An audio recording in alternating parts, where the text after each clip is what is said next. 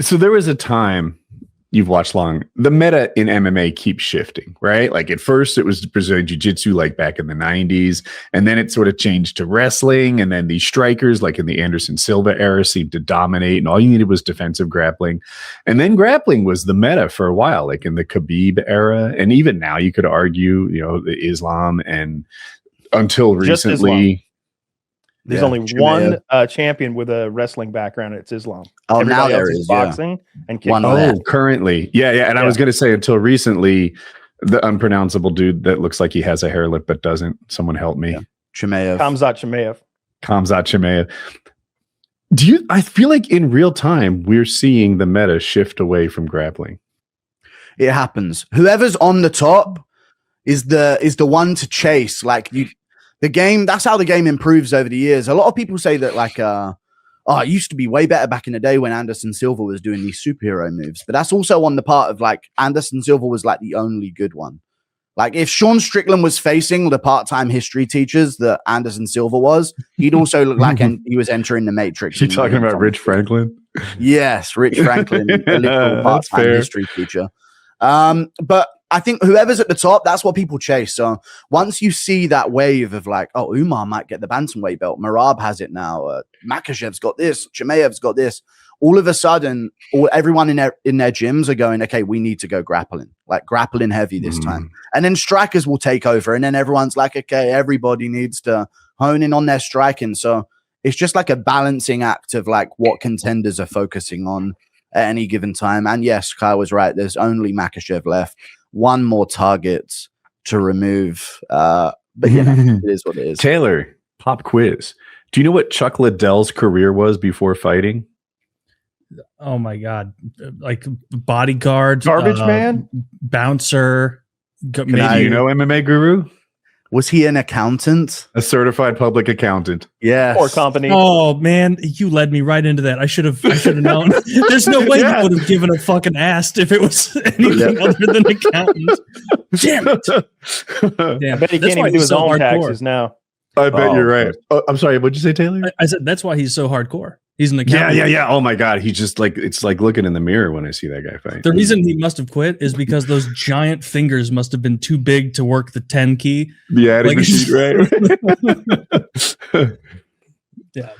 Dude, that's life on the edge. Accountancy is life on the fucking edge. Dude. They made a movie about it. Real. With, Ben Askren.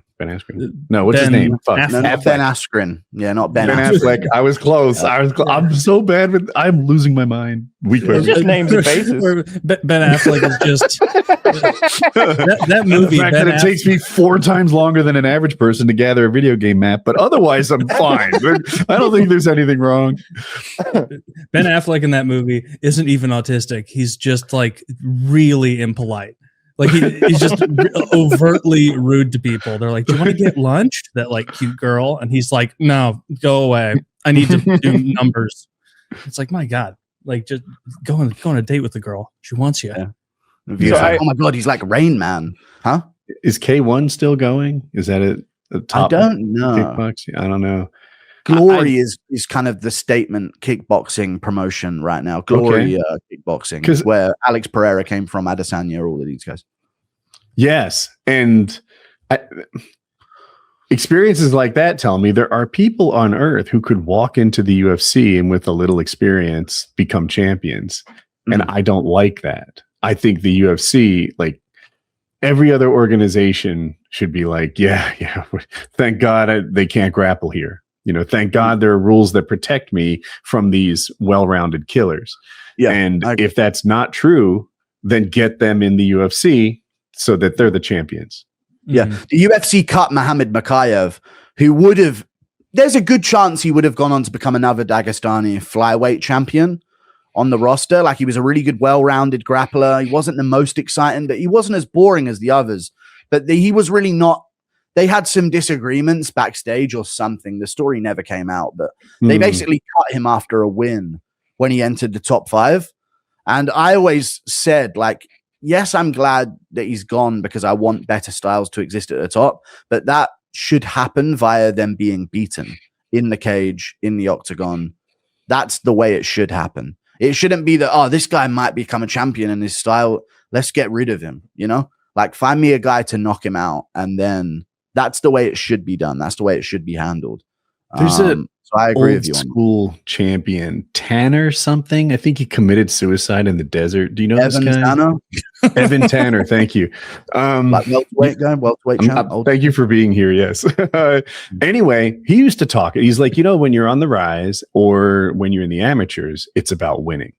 But once you become like an established pro, it's only half about winning and it's half about entertaining, which ties into the way Khabib talks. And that guy, he makes his fighters learn English. I don't know how well they're doing it, but he instructs them like, you got to learn English. That is a big part of this job. It's not just the kicks and punches. It's the microphone work too. And I found Khabib endearing. I don't know how much you like him, but I liked him on the mic. He had this, it's almost like he was taking a remedial test while the other guy's taking AP calculus. Cause his opponent would talk all this trash and he's like, it's not Tony time, it's Khabib time. And I'm like, oh, nailed it. Killed him. When in reality, that's not that hard to come up with. But, this guy brings fake belt. This guy fake belt. But when I fight, I win. Dana, tell him, Dana. And then everyone's like, oh, wow, what a classic one-liner. Right. But in reality, it's just delivered with an accent and the timing is kind of good. And it hasn't learned prepositions. But imagine if Alex Pereira came out with just a basic, simple shit talking line in English. It would go on. That's just the way it is. Sure. If Alex Pereira said to, I don't know if Cyril Gahn would talk shit, but let's say him and Tom Aspinall got into it for a bit, and Pereira just went, hey, shut the fuck up, pussy boy, man. I go to knock you out cold, man. People would love that, but he still refuses to shift in his stance of not using the English language, I guess.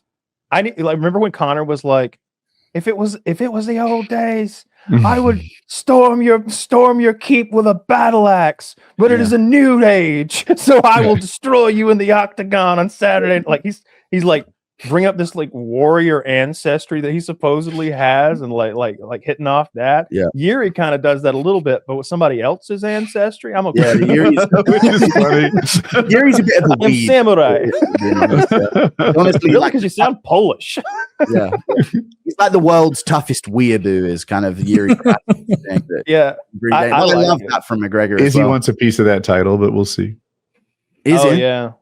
Israel Adesanya, isn't he a bit of a weeaboo, a little anime guy? The last style bender? Yeah, a little bit. Yeah, he used to do like the Death Note thing before his fights. He would write people's name in there. That was marketable, to be honest. That reached a whole Japanese autistic black audience. There's a big group the autistic I never understood what he was doing with his hands. I thought it looked like he was doing some Hadouken shit. He was. Yeah, it looked like he was. And look, there's a big group, bigger than you would imagine, I think, of like extremely like casual fans who are like, wait, is this guy like a Shaolin monk or something? Because I don't know how this beefy wrestler is going to handle a Shaolin monk. What if he like tears the skin off his forehead with or he uses some sort of Hadouken monkey style? Yeah, what if the monkey grabs the peach? Whatever they're doing. I don't think there's any rules against these things. Like, do they work? I don't know if the ruls are the only. Well, that's the issue, right? But if you could reach through a guy's chest and pull it out, Indiana Jones Temple of Doom style, then I think there's no rules against it. They're like small digit manipulation, can't do that. Grabbing the heart from a chest, as far as I know, that's cool. Yeah, that is cool. Pressure points, I think, would have been used by now if they did exist in the world. I'm not sold on the pressure point thing. I've never seen anyone use a pressure point intentionally, but remember when Sugar Sean took that weird like nerve impact on his leg and like his whole leg went numb? It's like if you could do that on purpose, clearly no one can. Then that would be the most effective move in all of MMA. You just cripple people with a single strike.